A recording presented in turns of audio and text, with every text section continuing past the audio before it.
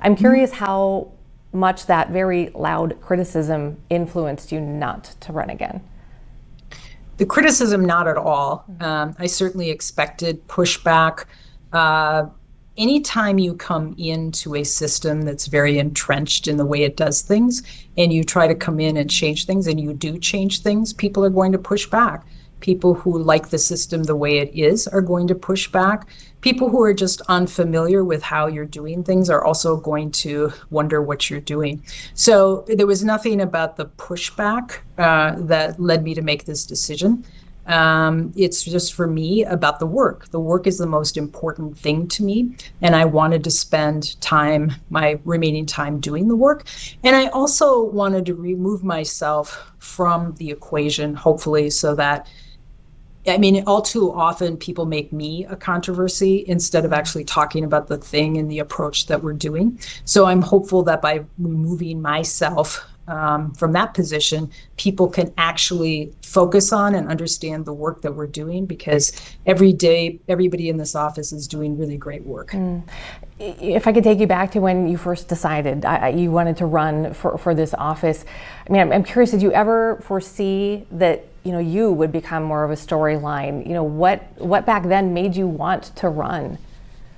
I wanted to run because I had worked in the same system for 30 years. I mean, I've spent my entire career in the Hennepin County criminal legal system.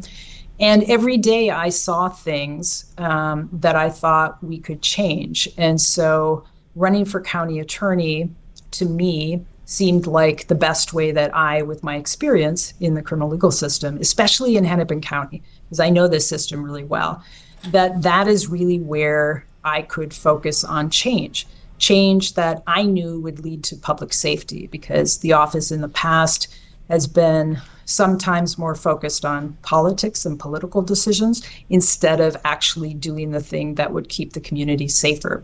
There was also the murder of George Floyd. I had certainly been working with people, community members who had talked about things that had happened to them that were done by police. And I think people had a really hard time in the community, some people in the community, believing that that was actually happening until maybe Philando Castile and then George Floyd.